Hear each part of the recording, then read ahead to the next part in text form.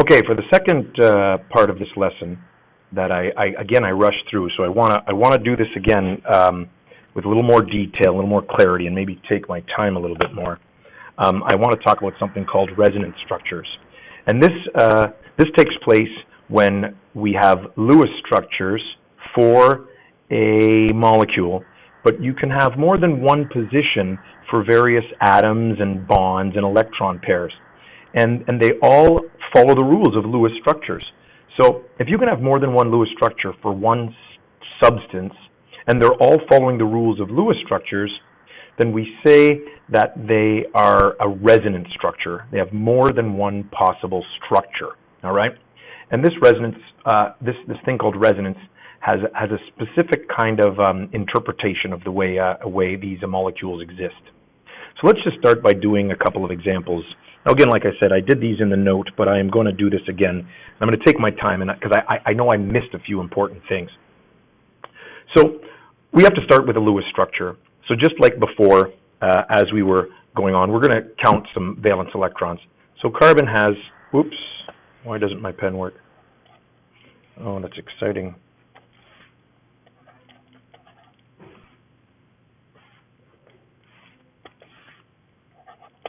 All right. That's not going to function, so by the looks of it, I'm going to switch over to our Smart Notebook again, and I'm going to get some nice new pages here like I did from the other one. We're going to go right to the end, so we'll get a nice new page, and we'll start right here with this, and we're going to start with, what was it? It was CO3, and it was -2, the charge. That was carbonate. Okay, so let's start by creating the Lewis structure by adding up all the valence electrons and going through the rules. So we've got 4 electrons for the carbon, and we've got 6 times 3 for the oxygens, and because it's a -2 charge, we need to add 2 more electrons. So essentially we've got here, it looks like 6 times 4. So this is 24 electrons. All right, so let's build the skeleton structure. C-O-O-O. Again, we've used 6 in order to achieve this, so we have 18 more electrons we've got to deal with. 1, 2, 3, 4, 5, 6, 7, 8, 9, 10, 11, 12, 13, 14, 15, 16, 17, 18. Excuse me. So, as per normal, we need to check to make sure everything's happy. Carbon is one of those that has to have the octet rule enforced. So it's only got 6 electrons around it. So we're going to take a pair and we're going to turn that into a double bond. So we're going to have a structure then that looks like this. C, O, O, and double bond O. And we'll finish the electrons, 1, 2, 3, 4, 5, 6, 1, 2, 3, 4, 5, 6, and 1, 2, 3, 4. Excellent. And let's put square brackets around it because it is a charged ion, -2. And that's a good structure. And if I analyze this carbon in the middle, you'll notice I've got 3 bond pairs and a pi bond, and this structure is sp2, and it is trigonal planar, like I've drawn it here. Now, there's no reason why I couldn't have shifted a lone pair from the top oxygen into position. And if I do that, I will still have a happy carbon and happy oxygens, but it will be of a different oxygen, which means I have a second structure, all right? And that second structure will have the double bond on the top oxygen. And this is just as valid as the first structure. It follows the exact same rules, and it is no better than the other structure that we have drawn. And I can do the same. I can have a third structure that has the double bond on the third oxygen, and we will have a third structure that is also just as valid. Okay. So the next question becomes, which one is the actual structure? Which one is representing reality? Well, it turns out that when scientists study this structure, the predicted length of the bonds should be longer single bonds and one shorter bond, the double bond. Because double bonds and triple bonds are shorter than single bonds, with triple bonds being the shortest. So we should have two longer bonds and a shorter bond. And when they actually measure the bond lengths of these three bonds, they find them to be all the same. And they find them to be shorter than a single bond, but a little longer than a double bond. And their interpretation is that all of these structures kind of exist at the same time, with this double bond kind of smeared over all three of the bonds, to result in not a double bond, but like a 1.333 or a 1 1/3 bond. So chemists have interpreted this as being this double bond spread over three sites. Now, these three pictures that we've drawn here with the double-headed arrows are called contributing structures.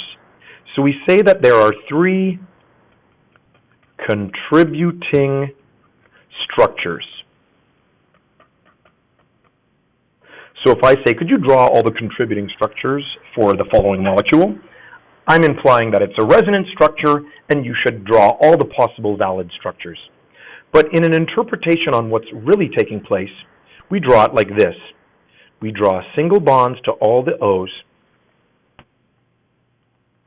and instead of a double bond on one of them, we put a dashed line on the three bonds. This one dashed line bends around the corner. This dashed line goes on the O, and we'll put 2 electrons on each.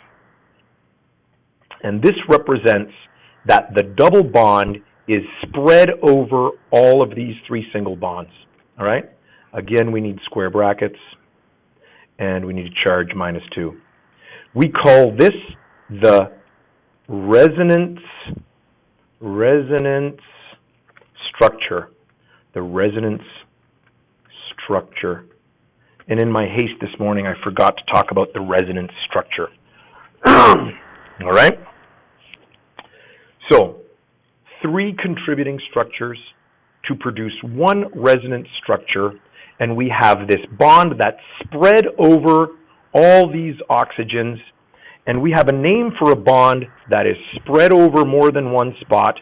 We say that it is a delocalized bond. In other words, it's as if this extra double bond has the ability to go to other spots. All right, and it does. It can either be here, here, or here, so we say it's delocalized. So we have a delocalized bond going over all 3 of these bonds. Okay? And so that is our resonance structure. Let's do a couple more examples. Let's do O3. Now O3 stands for ozone. Ozone. This is the same ozone that protects us from ultraviolet rays coming through our atmosphere. And if we add up the electrons, we have 6 times 3, we have 18 electrons. And in order to have a structure, we need to have O in the middle, and obviously bonded to a couple of O's. And doing that, we used 4 electrons, so we've got 14 left. So let's start loading up. 1, 2, 3, 4, 5, 6, 7, 8, 9, 10, 11, 12, 13, 14. Okay, we're out of electrons. Happy oxygen, not so happy. It needs another pair. So we can take a pair of these guys, make it a double bond, and we can have O, double bond O, lone pair, single bond O. And this O here has a pair. Okay, and this guy here actually is sp2 hybridized. It's got 2 bond pairs and 1 lone pair. It's actually a trigonal planar shape, so it's got a bend to it. And again, the position of this lone pair, or this double bond, this pi bond, can either be here or here. So I can draw another contributing structure with the double bond on this side and the single bond on this side.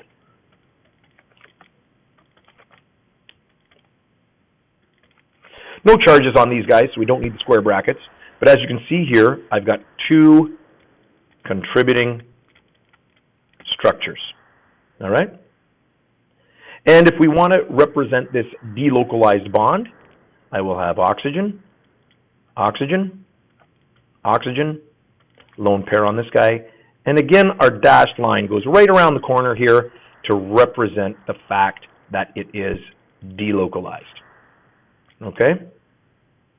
And so again, we've got this delocalized bond in our resonance structure. All right?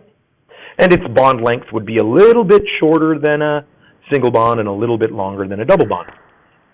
Okay, so that's resonance. This is a delocalized bond. These electrons in this pi bond can bounce around between the two electrons. One more example, sorry, we've done O3. One more example of resonance, and that is C6H6. So we will extend the page, and we'll do that. Now, C6H6, excuse me, C6H6 is something known as benzene.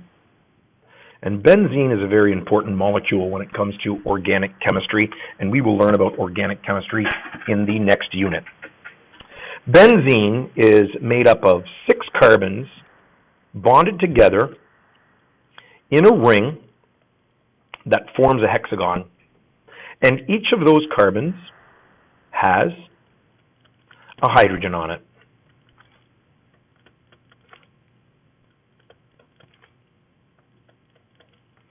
And if we were to add up the electrons, we're actually short 3 pairs, and I'm just going to put them in as the double bonds and just show you where they go. All right? And you can see here, every one of my carbon is sp2 hybridized. These are all trigonal planar carbons, which means my molecule is flat. But you'll notice I chose to put my double bonds in these positions, and there's no reason why they couldn't be in the adjacent positions. And therefore, they have a second contributing structure for benzene with the double bonds now in these positions.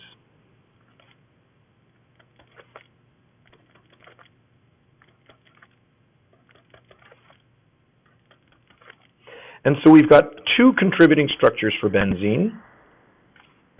And I'll now draw the resonance structure where we have carbon. Oops, I got to get my pen. Carbon, carbon, carbon. We get the point. Our hydrogens are out here.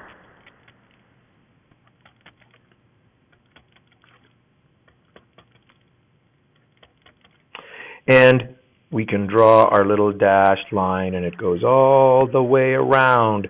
These electrons are really delocalized. They can go all the way around this ring. They have the ability to circle this ring. Another way we draw this, instead of dashed lines, because we use this structure so much, is we put a circle right on the inside with our H's.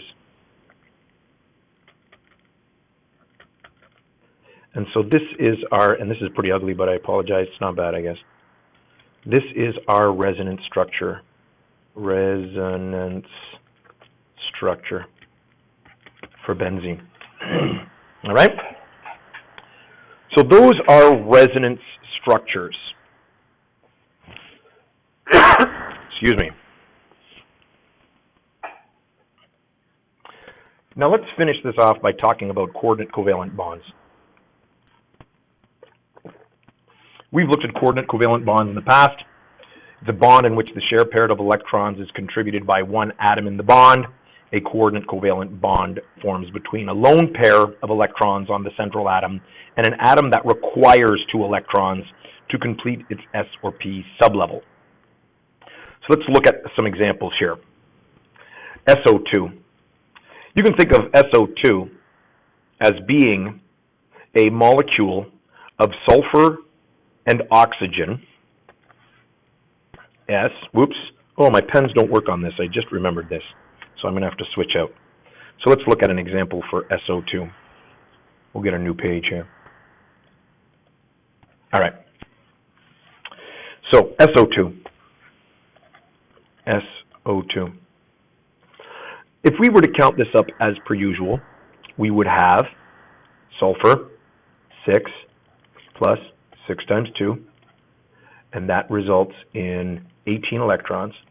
And if we build our structure, sulfur, oxygen, oxygen, lowest electronegativity in the middle, minus 4. Oops, not 18. Minus 4 is 14. Minus 4, 14. And we put those in. 1, 2, 3, 4, 5, 6, 7, 8, 9, 10, 11, 12, 13, 14. And in order to complete and satisfy the octet of the sulfur, even though it can have an expanded shell, it only has 6 here, we have to draw a little double bondy in there, which means I'm going to have sulfur, double bond oxygen, oxygen, 1, 2, 3, 4, 5, 6, 1, 2, 3, 4, and 1, 2. All right, excellent. So there's our structure. Now, if we look closely at this structure, you can think of this structure as coming from a sulfur double bonded to an oxygen, 1, 2, 3, 4, 1, 2, 3, 4, and that is a regular looking bonded structure. We've got double bond between the sulfur and the oxygen, and what we can imagine took place here is that we had an oxygen that was short 2 electrons, right there, needed 2, and latched on to that pair right there. And in doing so, it created a coordinate covalent bond. It latched onto it, all right? Now, I don't know if you noticed here, this is also a resonance structure. Looking back to what we did just a moment ago, we could have the double bond there, O, lone pair, 3 lone pairs, 2 lone pairs. So it is a resonance molecule as well, but we can also think of that bond right there, that oxygen latching onto it, whether it's that one or that one, as being a coordinate covalent bond. All right? So remember though, that coordinate covalent bond is where one atom donates both electrons to form the bond. All right? Another example, Al2Cl6. That's kind of a neat one. This is more of like a grade 12 example. So we can talk about something like Al2Cl6. And what happens there is you essentially have 2 molecules of ACl3. 1, 2, 3, 4, 5, 6. 1, 2, 3, 4, 5, 6. 1, 2, 3, 4, 5, 6. And a second one, Cl, Cl. Because aluminum is like boron. It can exist with just 6. It doesn't hang around very long like this. It would like to have a full outer shell. 3, 4, 5, 6. And so what can happen here is a pair of electrons right here can form a bond in there, and a pair of electrons right here can form a bond right there. And that's kind of neat. We're going to get some kind of a ring structure for this Al aluminum complex. So Al up to a Cl, down to an Al, down to a Cl, over to the Al. The Cl's now only have 2 lone pairs, and we've got 2 Cl's hanging off of that guy. 1, 2, 3, 4, 5, 6. 1, 2, 3, 4, 5, 6. And 2 Cl's hanging off of that guy. 1, 2, 3, 4, 5, 6. So here we've got a complex structure of 2 coordinate covalent bonds going into 1. All right? Now I didn't draw this very nicely because both of these ALs are now sp3 hybridized. I should have had them as tetrahedrons if I was putting together the proper structure. That's okay. All right. So those are coordinate covalent bonds. And there's a little bit of homework right there that you can do to practice those. And I just have one more important thing that I'm going to add on to the back end of this, and that is free radicals. And free radicals are molecules that contain an unpaired electron. And if we look at NO, and now I've got to switch again back to my page here. So if we now look at NO, we've got 5 plus 6. And last year we would have said, uh-oh, panic, danger. But it turns out that we can have unpaired electrons in molecules. They are highly reactive, hence they're called radicals, right? They don't follow the rules we expect them to follow. And they're very, very reactive. So we've got 11 electrons in this thing. So N and O, we've used 2 of them up, 9, 1, 2, 3, 4, 5, 6, 7, 8, 9, right? So we've got 9 electrons. We've got some unhappy molecules here because the nitrogen only has 2, 4, 5. I guess we can get it closer to being 8 by making a double bond. We can't get it completely to 8 because we are out of electrons. So here we've got our lone electron right there. That lone electron makes it a radical, highly reactive, all right? This actually is also a resonance structure because we could also have that lone electron possibly on the oxygen. So there are 2 resonance structures for this radical, but the fact that it has a lone electron makes it a radical and makes it highly reactive, all right? Radicals are highly reactive. And there's our structure. We'll bring the electrons up, and so there's our 2 resonance structures right there for that radical, all right? And so I know I rushed through that particular lesson this morning, but I hope you can watch this and get a good understanding of it so that we can continue on.